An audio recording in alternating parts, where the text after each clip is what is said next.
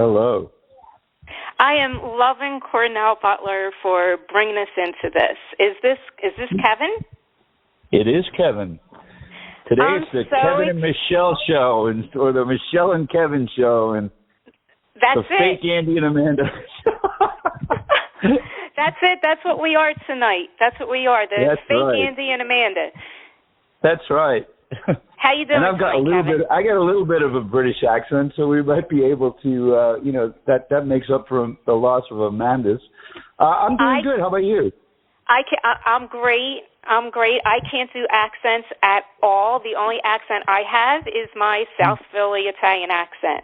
So that's okay. I could bring that to the table. It's a good one. So yeah, I think so. I think it's fun. I wanted to start out by thanking Andy and Amanda for bringing us to this show. And I don't know if you knew this or not, but last year when we did this show, right around this time, I believe it was, that was the first time I ever did a radio show. I've done talk shows in the past. Yes, but that was the first time that I ever did a radio show, and it was with you. I wouldn't have known that. You did a great job. Thank you. I appreciate it. It was with you, and that's right. I was on the show. Right? You're right. So you were, with my first show, and now this is the second. I believe I did the Andy and Amanda show a couple of more times, and now this is the first time that I was asked to host, and it's with you, who I was on the show first with. That's cool, because we already kind of know each other, so that's a good thing. Exactly. I thought it was kind of amazing. Kevin Michaels, country music star, and I was thrilled to be on that show with you. Thank you so much. You're welcome. So I'm going to, before I get into what I want to get into, I'm going to throw something out to you. Okay. So I'm curious. My dad was in the music business. That's pretty much what I'm going to get into in a bit. Yeah, he was a big teen idol back in the day, wasn't he? He was a teen idol. Yes. And back in the day, we're talking like 50s and 60s.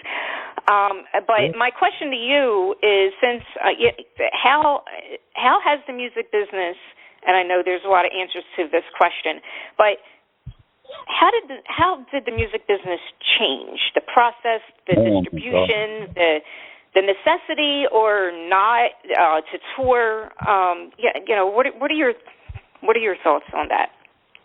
Well, it is definitely a multiple answer question. But let me say this. I mean, as I think you may have heard the first time we were on here together, was in a band back in the day, maybe not quite so far back as your dad was, but I think the business was similar. And, I had kind of sworn off the music business, period. Really? For the better part of 41 years, actually. And so to me, coming into it, I felt like a stranger in a strange land. And it's completely different. Wow. And I'm not sure that, to be honest, I think in a good way. But it is what it is. And I'm fortunate that,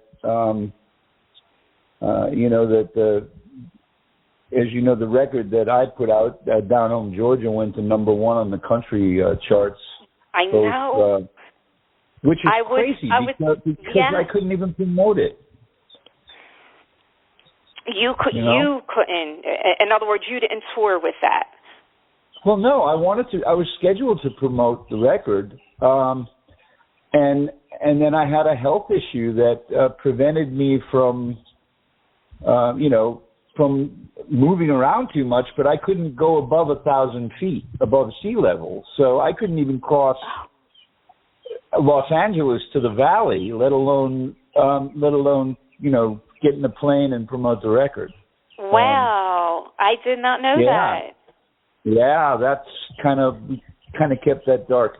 But it's oddly enough, who certainly didn't expect it, but the record still managed to spend 4 months in the top 10, bypassing people like, Garth Brooks and Keith Urban and That's Kenny fantastic. Chesney and Blake Shelton and all those people, which shocked me. I mean, I was... Wow, you were actually able to do that without going out on tour. That's amazing. That's amazing. Absolutely. To me. Absolutely. And the last time that we were on the radio together, or the first time you were on, I was still at somebody else's house recovering from the surgery that I had to have that, caused that whole debacle where I couldn't go out. So I was actually in recovery at that point. Wow. Yeah, so it's interesting. I mean, thankfully, I'm doing much better now. I don't know, because it's a while back. If you can remember that I power. I'm sorry. Go ahead. I was going to say I talked slower the last time than I am now because I had a problem that affected my speech. Yeah. Oh wow. Okay, we'll have to pin that as a side note as I have a throat issue. Okay. We'll talk. Yeah. So we'll talk separately about that. Okay. Scary stuff, and it happened about 3 weeks before we left Nashville to make the record. And while I was having a hard time with my speech, it somehow didn't affect my singing. Apparently, 2 different parts of the brain. So it's 2 different parts of the brain because I do believe that. I say that my throat issues stemmed from my speaking voice and not my singing voice. When I sang, it didn't hurt. When I spoke a lot, I was in pain. Mm-hmm. Yeah, I can. Yeah, it's definitely something to that because. Do you remember the country singer Mel Tillis? I'm sorry. I should be so much better with names, and I'm not. He was like a superstar back in the day. He was one of the big guys. But Mel Tillis had a stutter, like really bad. He could hardly. I mean, when he talked, it was horrible. Okay. But he could sing beautifully, and no problem. And amazing. Amazing. Yeah, so that really is. It's different part of the brain. Wow. Yep. Okay, so that I guess. So does that explain why when people sing you don't hear accents? I think that's probably right. I mean, that's an interesting question. I have a little bit of one. It's not as much as it used to be, especially since I had to kind of relearn to talk again. I sounded, before all that, I sounded more Englishy. Even though I was born in America and everything, I had lived over there for a long time, so I had a, affectation of an accent. And occasionally, I think you can still hear it a little bit, but it's not what it was. You acquire the accent from being around it so much, right? From hearing people speak that way around you. Well, you don't even realize you have it, I mean, the one thing is that, and I think I did a couple of impersonations or something when we were on the show last time together. So I do that anyways, and I've been doing it as a kid. So I think I'm kind of geared to pick up sounds and recreate them anyway. That's interesting. Yeah. Did you ever act? I did. I've actually made a few films. There you go. Mostly playing bad guy Italian people who run the mafia. my dad would love that. Yeah. I usually play a guy named Sonny. I did Mickey Rooney's last movie. I played a mafia type character named Sonny. And, it's a comedy, but that was the first time that I took it, on film to comedy. Although I was well versed in comedy improv and took it for a long time with Harvey Lembeck and later with Denny Evans, who was his prized pupil after Harvey passed. So, yeah, but it seems like I'm always if you can't afford De Niro, you get Kevin. You know, I mean, that's oh my God. That's kind of what it seems like. You answered a question that I had when I saw the poster for tonight's show, and it said comics, you know, and yeah. I had no idea, and I was like, okay, you know, it means something, and whatever it means, it doesn't matter because I have other things that I need to do here, you know, to prepare for the show or whatever. So I didn't ask about it. But that's where they got that from, because you were a comic. I just did a comedy improv class. Oh, did you? I did at my acting school, the Actors Co-op in Swarthmore. I love comedy improv. I think if you can do comedy improv, drama is a cakewalk. The class that we did was a comedy class where we learned how to do stand-up comedy. I did take a comedy improv class years ago. This particular class, we actually learned to write. And we wrote, it was with Sean Conway, the Actors Co-op in Swarthmore.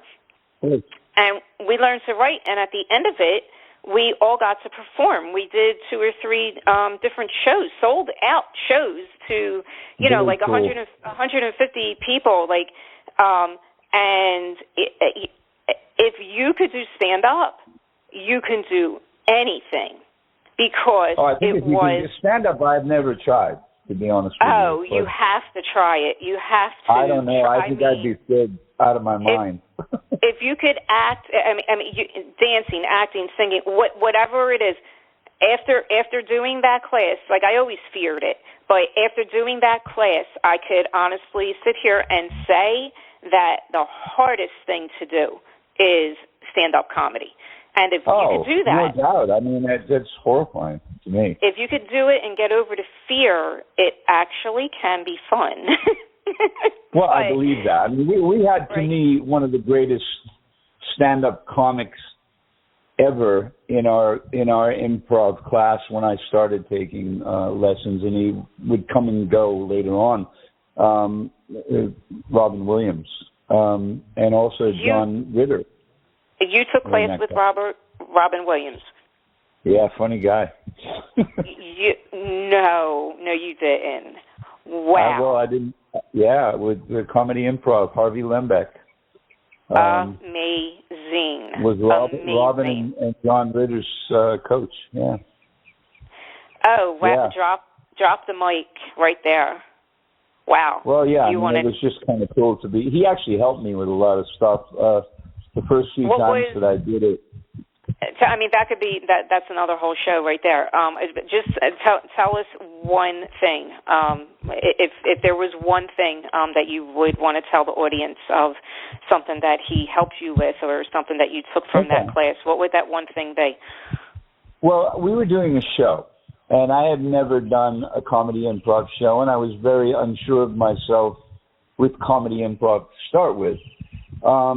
Although, part of Harvey's thing was don't try to be funny, don't go for the joke. We weren't allowed to cuss because that made it easier to get a laugh.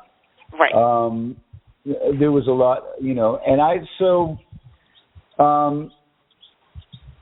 that's frightening, So I was on stage, and he put me up with this woman who just took the whole scene and just kept talking and never gave me a chance to do anything.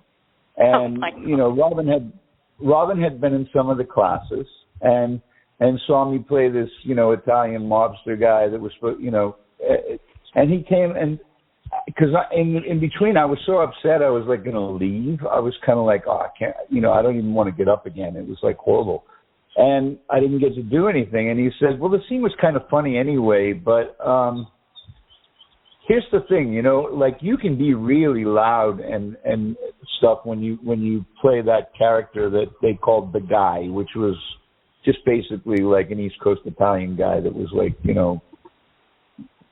could be kind of loud. Anyway, very cool. The guy, I like that. And if she starts, if he puts you up with someone who does that again, just overtalk her or whatever. So, of all things, Harvey, which very seldom did this, he put me up with the same woman for the second sketch that I had to do. Wow. And she started right in doing what she did the first time, and I just yelled at the top of my lungs with a heavy New York vibe. Shut up!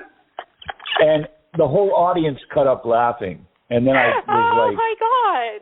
Because like, the audience is probably sitting there thinking the same thing. Like, would you please just give this guy a chance to say, like, a couple of lines, right? Yeah, well, they thought the whole thing was planned and that we did the first thing on purpose to set up for the second thing, which got probably one of the biggest laughs of the whole show. And you know, I can think of one other thing that we were doing a show another time, and there was a Russian girl that had come to the class.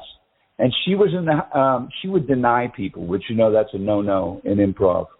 And I came to the door and I found some flowers backstage. So I came like I was going to do a date. Nobody knew what we were going to do, but I came to the door, I knocked on the door, and she answered, and I said, I'm ready for the date. And she said, well, I'm not. And I was kind of like, for a split second, I stopped, and then I remembered Robin saying, you know, just if they do that, just like sell them out. So I just kind of like, oh, okay. And I shut the door and left. And she was standing in the middle of the stage, and she didn't know what the hell to do. That is so cool. And so she started getting neurotic, and the audience is cracking up again, thinking we planned it that way. And it was just advice I got from him as to what to do if you get in those situations. Amazing. Oddly enough, I ended up really good friends with the woman that wouldn't shut up at the first. Look at that. She never did those to me again. So she never did that to you. Yeah. Oh my God. Do you think it could have been like maybe nervousness on her part, or? I don't know. She was pretty polished. I mean, she'd been doing it for a long time. Okay. And I don't know what it was, but she ended up thinking I was hysterically funny and really close friends with me. Her daughter later came to the class, and she loved when we could do scenes together, and I could do scenes with her daughter. So yeah, it ended up like a great friendship. I talked to her a couple days ago, actually. Amazing. So improv, you're supposed to, like you said, you're not supposed to shut people out. So you're supposed to go back and forth and feed off of each other. So when you came, and I'm just reviewing this for the audience. So when you came to the door and said that you're ready for the date, and she said, "Well, I'm not." She wasn't feeding you. She wasn't giving you anything to work with. She was shutting you down. So basically, the answer to that is shut her down and get out. Exactly. And actually, it's weird because while the other lady and I became really good friends, I never saw that woman again. After that, she quit the class. Wow. I feel bad if I humiliated her, but I would have been humiliated if I didn't do it, as you know, the teacher and Robin and a lot of other people pointed out. And that's a great story. Great story. Yeah. And the fact that it stems from Robin Williams. I mean, like I said, that's drop the mic right there. And I went to RADA when I was younger, for Shakespeare and stuff. And he was a Shakespearean actor, from, what's the great school in New York? Juilliard. The only great Juilliard. Oh, wow. Hey, let's do this. So, Kev, how you doing anyway? I'm doing good. I mean, we had a little glitch there, but, it's all right. I mean, it is what it is, and, onward and upward. So we were talking about Robin Williams, and that was kind of fun, because he was in my improv class. And did we lose Michelle, or what's happening? It is molecularly impossible. Anyways, just one quick Robin story again. Because he was such a funny guy. I remember we had a room like we would go to like on the break. It was a 2-hour class, and we'd have like a 15-minute break, and we had snacks and stuff like that. And they had a TV on. And I remember one thing that always stuck in my mind was how fast he is, too. So they had MTV when they were still playing music stuff. And Keith Richards was doing an anti-drug commercial, of all people. And he's like, oh my God. Yeah, so he was like, kids don't take drugs. And Robin said, we can't, Keith. You did them all. No. Oh, my God. Yeah. Was that on air? Hmm? Was that on air? Like it was taped and it was on air? Yeah, it was a real... Oh, no, Robin just said it in the room. No. Oh, okay. Oh, my God. But like everybody was eating snacks and just like cracked up laughing. It's like he was so fast. I mean, he was such a... I don't know anybody that quick as Robin Williams was.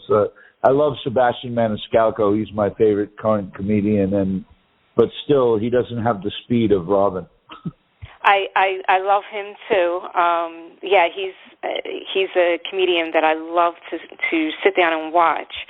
Oh yeah. Robin Williams, he's just in a different stratosphere, Yeah, he was like almost not human. He's so good at it. I mean, I can't even imagine being taught by him. He wasn't a teacher, but he helped everybody in the class, and that was cool. It's priceless. It just to be around that is absolutely priceless. Yeah, Ritter was amazing. John was an amazing guy, and so kind to my mom. My mom came to every class too, and that was fun. The teachers really allowed that, which they generally didn't allow people to come in except for once to monitor. But my mom became like the class mom, and she was just there at every class. That's sweet. That's sweet. John Ritter. Who did he pattern himself after with all of these stunts? Jerry Lewis. Am I saying the right name? Jerry. I mean, he might have.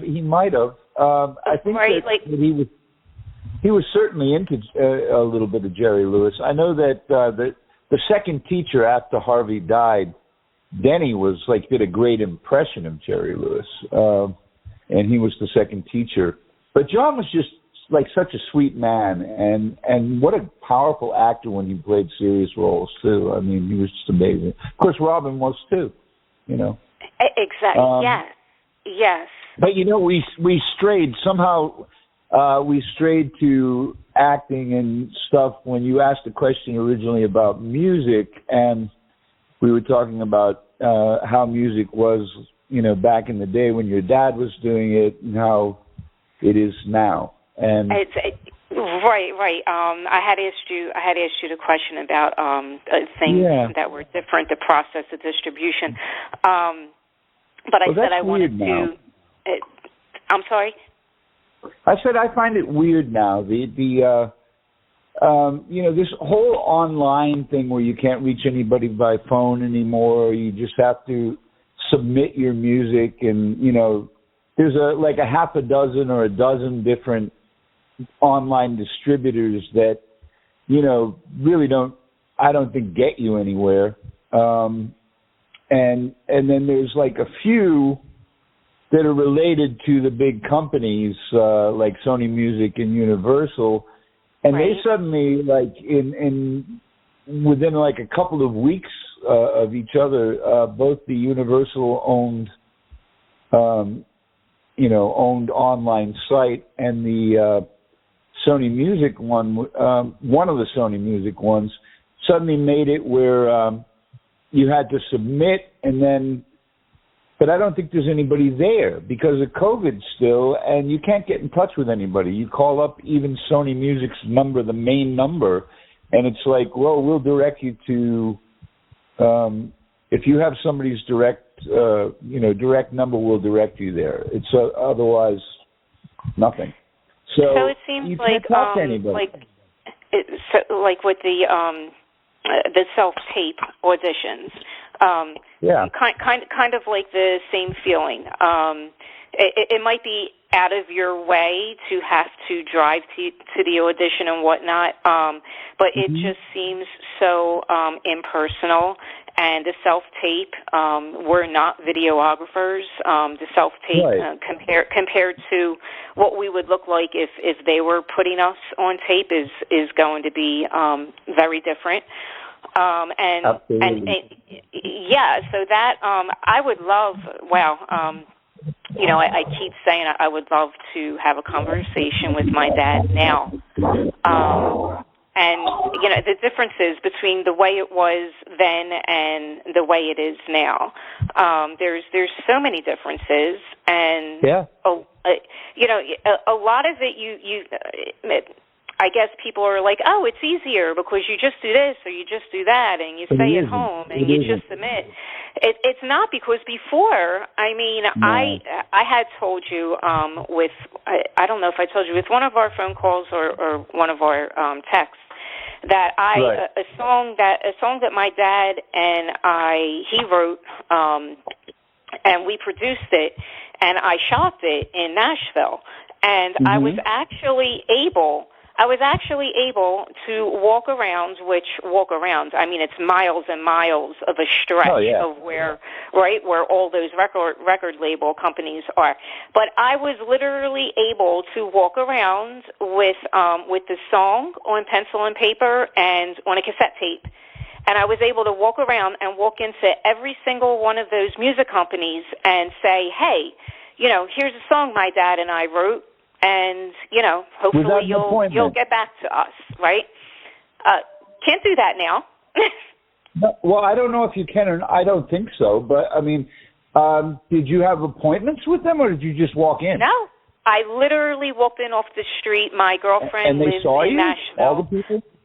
And I got in, and I was able to speak to whoever was at the desk, and they took my envelope and they took my tape, and most of them just said, thank you, we'll get back to you, whatever. But one of them, as I was walking out of the studio, actually threw the tape in and started listening to it. And I was, in my head, I'm saying to myself, oh my God, like they're listening to our song. And I just walked out. I was forward enough to go in there, but then I was like, okay, do I really want to be a pest and like just be like, hey, so what did you think? Turns out, the end of that story is, turns out that company actually sent me a contract and wanted to sign me and produce that song.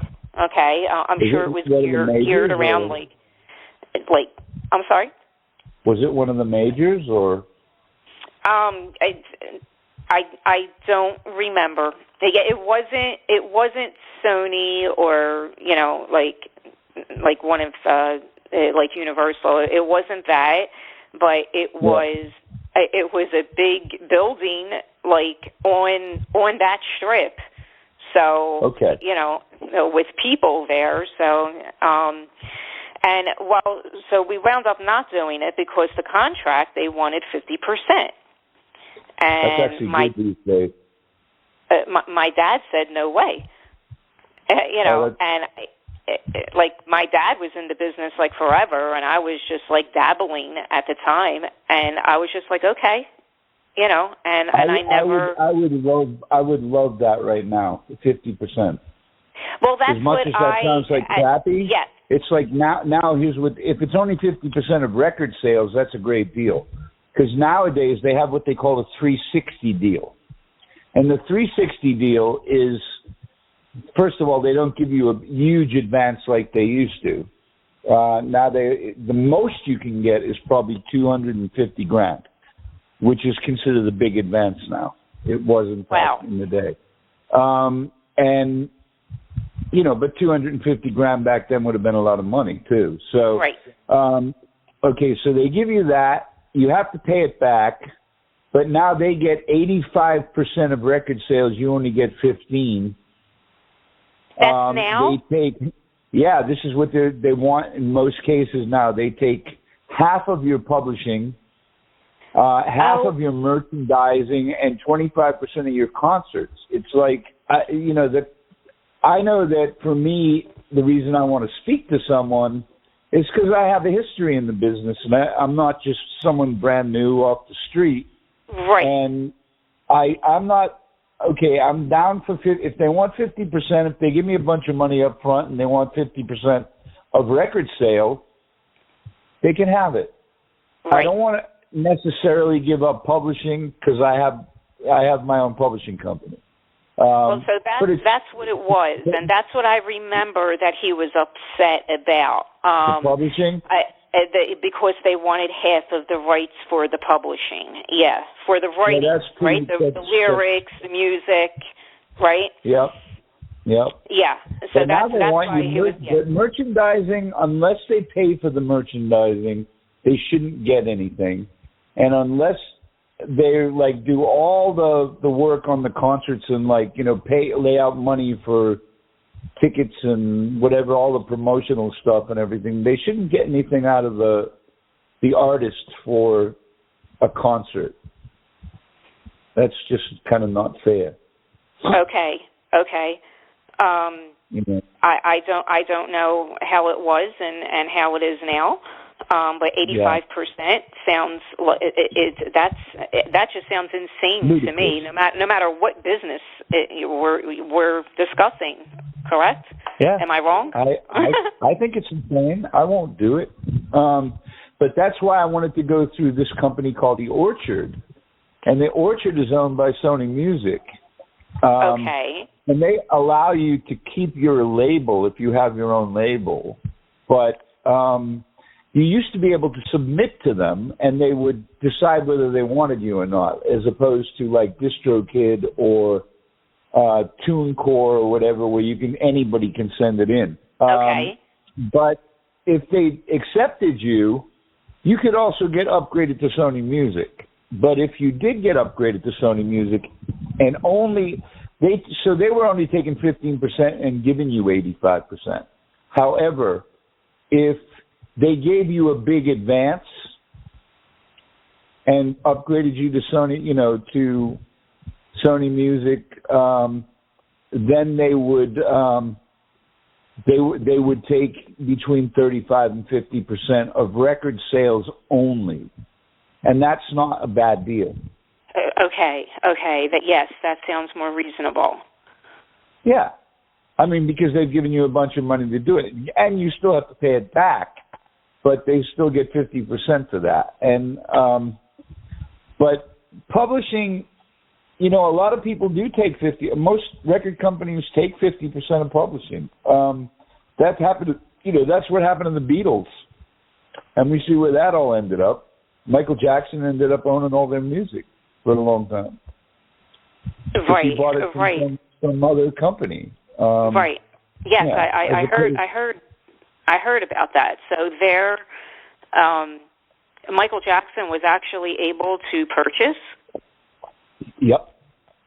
Their music. He purchased the Beatles, and the thing is that Paul McCartney made a record with Michael Jackson, and Michael asked him for advice on, because he was the richest guy in the music business, and Paul said, get into publishing, because he owned all Buddy Holly's stuff and everything.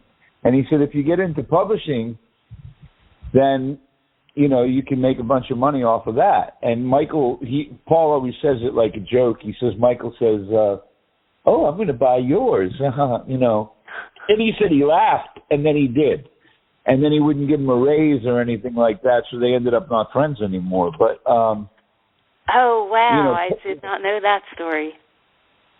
Yeah, it got ugly. So Paul has actually been, since Michael died and whatnot, he's been buying back a lot of the Beatles music. That's a really interesting history of story about the history of music. Yeah, and even guys who were supposed to be friends. I mean, Michael's had a pretty dead career until Paul McCartney did those couple of tunes with him, and then he got back with Thriller and all that stuff and became a big deal again. Right. So the backstab was kind of like not cool, and Paul, he was not very happy with it. So they ended up no longer friends, and it's sad that that kind of thing happens between friends. And I'm kind of going through some stuff like that with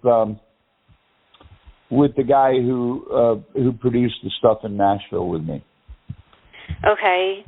I mean, I could see why everybody today is so interested in having things written out. Yeah, especially when you're dealing with friends, and it's probably better to do things like that ahead of time. Absolutely. Right, so there's no hard feelings. This is just business, and we're going to write everything down just in case, and just so that everybody's on the same page. Absolutely must. You must do that. We did not, because we were looking at it as, this is like one of my best friends. He's never going to do anything bad to me, or the people that I introduced him to, who, not rich people who financed this record, who are like family to me, though. And in the end, he kind of screwed them over as well, or tried to. But, fortunately, there are three of us and one of him, and we know what he said and what he agreed to originally. And there's no contract. So,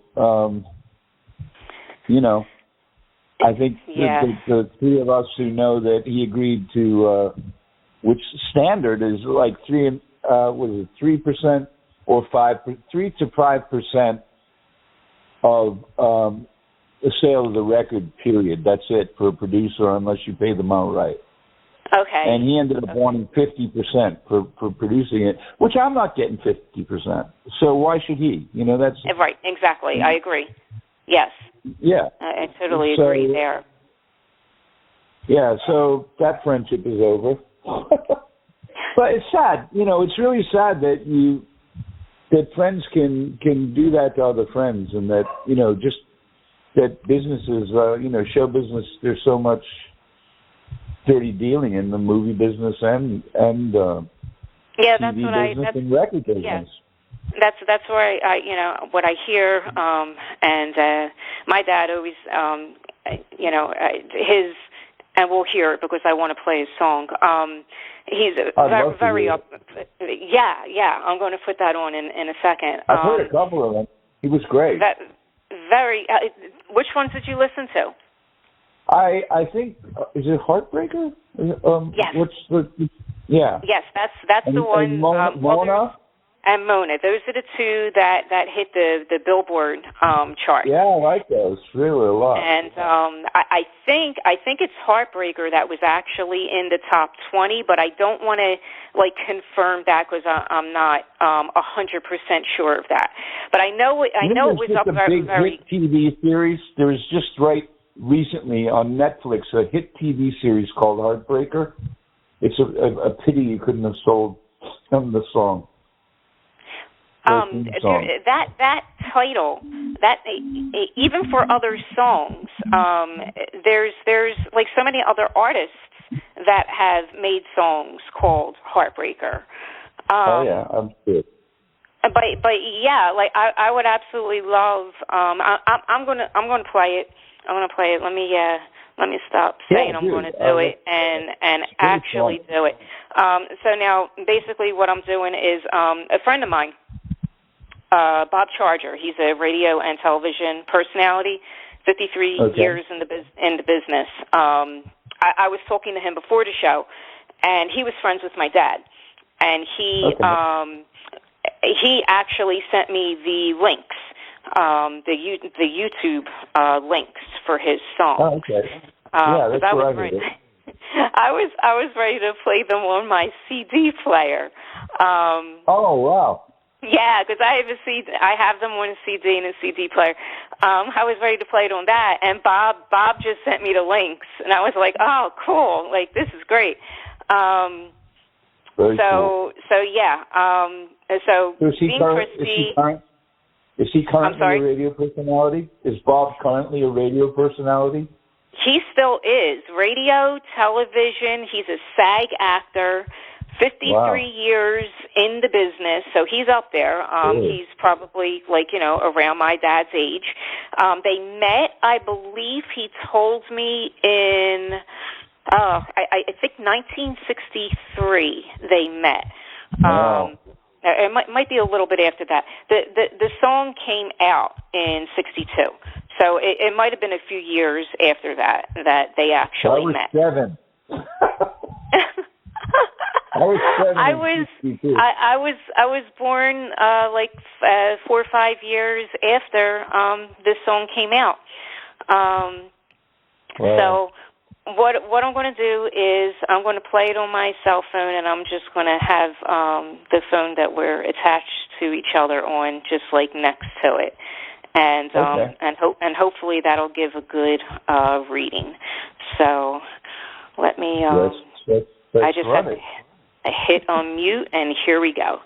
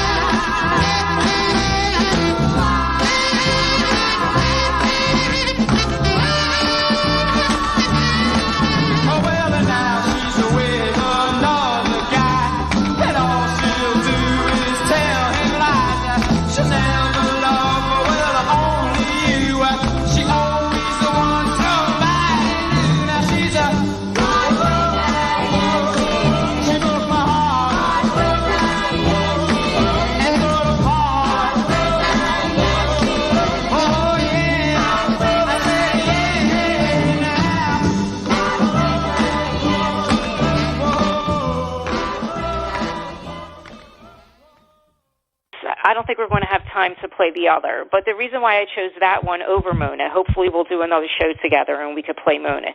But that's great. We were talking about, the negativity with the music business, and my dad had that. By the time I was around and was an adult, he was very, negative towards it. I can't think of the word I want to say. But I think that's the case with most people who are, who have been in it for a long time. I mean, unless you're like Harry Styles, who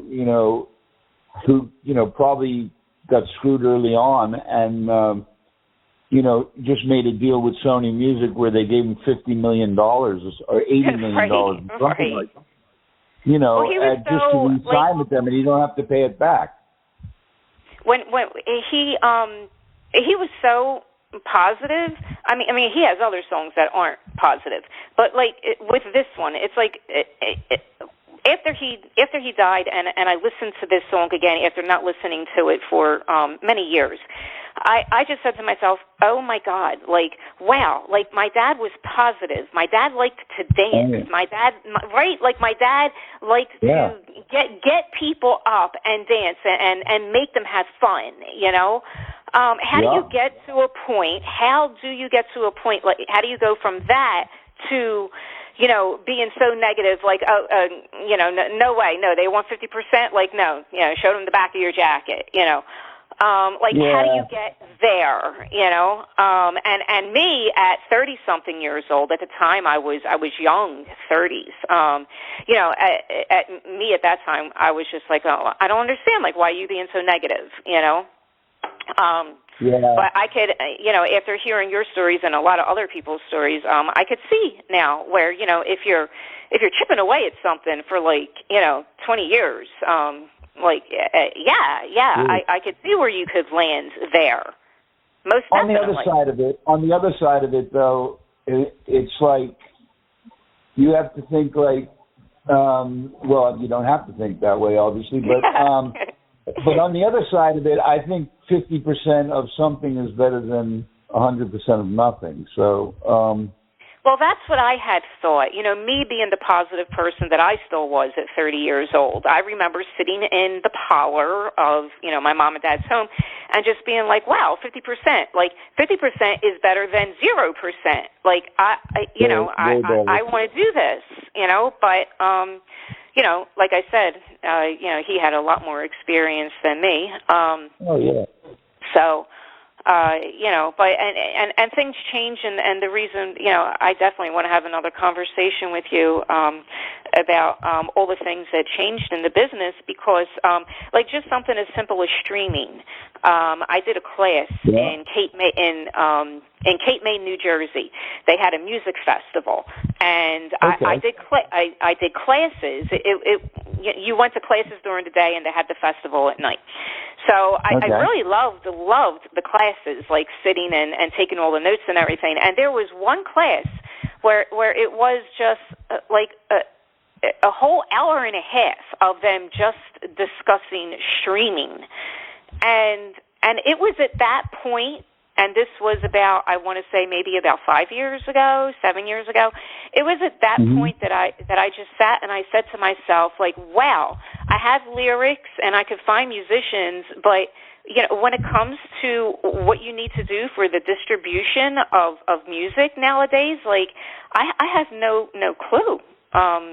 It's a whole different ballgame. It's I mean, you can put things out. Through these companies like TuneCore and DistroKid and stuff like that. But, I'm not sure, like, how some of the rappers are able to do it and get big things happening. This guy Drake just got one of the biggest deal ever. Some Canadian guy that's a rapper, and he apparently did so well on promoting his stuff himself that he got a deal from, I think it's Sony Music, who said that they signed him because if they didn't, he almost controlled most of the record business, which it would have been like the end of it. Oh, that's insane! Wow, but I wish I knew his secret. This is how popular he is, because I told you at the beginning of our conversation, I'm not good with keeping up with names of people, which I should be. Names of people, names of movies, names of songs, whatever. I'm not good at it. Got to write everything down. But I know that name. So that shows you how good his promotion and his marketing is. I mean, I don't know if he had people... Right?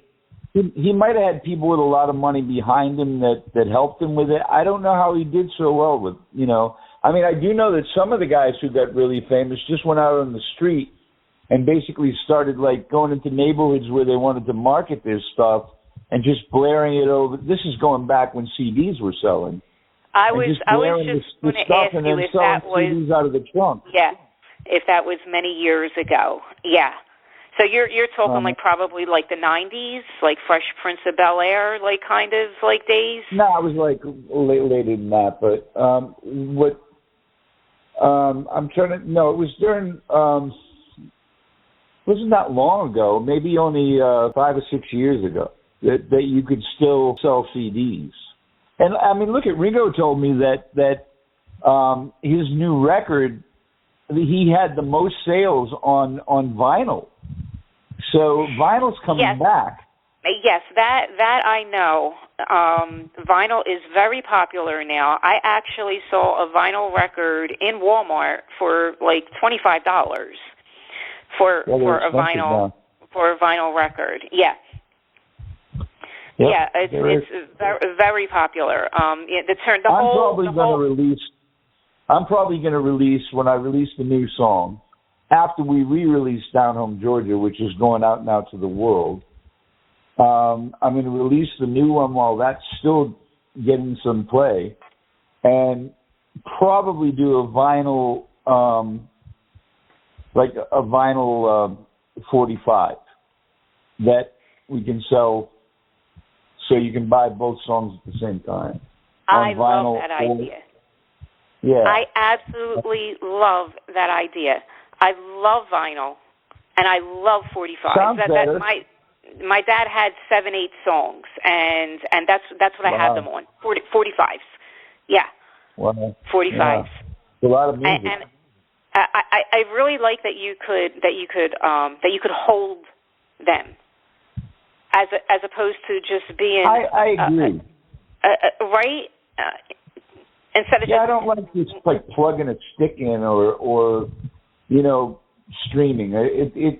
It doesn't sound as good and as Virgin Vinyl did. But I also have to agree. I like the whole thing. I mean, like when we would get an album back in the day, a big part of it was the stuff that came with the album.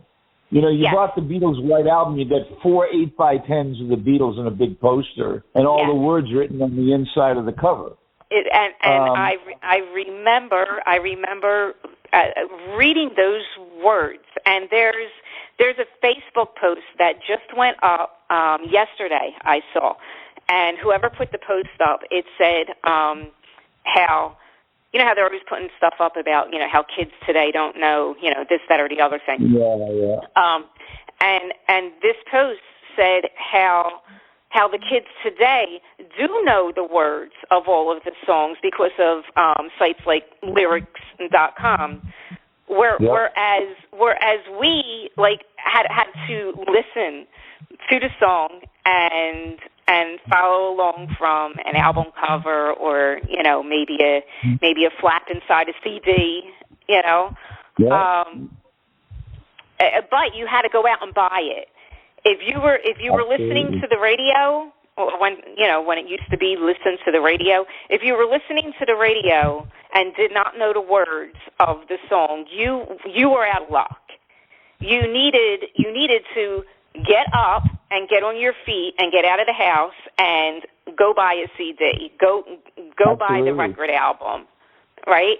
Absolutely, and but I think that was a good thing. Do you remember? I remember getting albums or CDs and being so excited to learn what the actual words were. Do you remember that? I do. You want to hear a funny one? I had stayed out of music for a long time, as we said at the outset of the show. And I remember I was doing a TV show where we were having all these big celebrities. It was like an Academy Award night event, and all these people were singing this song with me that I wrote with another guy called Let Freedom Ring. And it was when Russia, first did away with the USSR. I mean, with the communism stuff. Anyway. Okay. So we did a show with them. It was one of the first satellite broadcasts where you could broadcast from 10 different places. And the other song that they wanted to use was Imagine. And I asked Yoko Ono if we could use it. And she said, she gave us the blessing, go ahead and use the song. And so I went to get a bunch of CDs to hand out to all the celebrities. A bunch of records. And I went into a record store, the Warehouse, which was a big deal out here in California at the time. And I went in and I couldn't find records. And I was like, where are the records? And the guy said, where are you been under a rock? There's no such thing anymore. And I had no idea. And it was like CDs, and which brings to mind that scene in what is it, Men in Black, where Tommy Lee Jones they give him this thing with a little tiny disc that was spinning, and he goes, I'm going to have to buy the Beatles' White Album again. You know? My God. Because they changed formats so much, and now there's no format, really. It's just streamed. It's just played. Yes. Besides... If you want to download it, I'm sorry? People downloaded Down Home Georgia. Right. My song was like I said, 4 months in the top 10. It was number one for three weeks in a row on radio, and it made no money because everybody went to YouTube and just took it for free. Right. And I've heard, because I know from having the dance studio, like they put they did put something on that to where you have to pay now, even though you're not paying a lot of money. But don't you have to pay now to purchase the apps that do that for you? On YouTube, I don't think so. It's mostly geared for videos, right? It's mostly geared for videos. And I didn't have a video, so the producer just put the song on there with the picture. So, basically people could just take it. They might have had to pay something. I've got, I think they just go by the amount of plays that it gets. And I think I might have skipped a whole step in there. And there's not much money at all. Right. Not much at all. I mean, when thousands of people play it, you get something like $25 or $30. It's ridiculous. It's also not as exciting, I would think. No. This never happened to me, but to be an artist and to sit back and to be thinking about like record sales, like actual, Absolutely. like you said, like vinyls or CDs, like actually like being sold, like flip, like in your head, like thinking like, right. Oh my God, like. Right, how they're being pressed and like thrown out. Like that's got to be like really platinum exciting. Records. Exactly, I had gotten those when I was in the band. You get gold and platinum records that you can hang up on the wall. It's very cool. It's like for a million record sales. Yes. And it's not exciting the way it used to be. No. Well, you also don't know, and they can cheat you 6 ways from Sunday.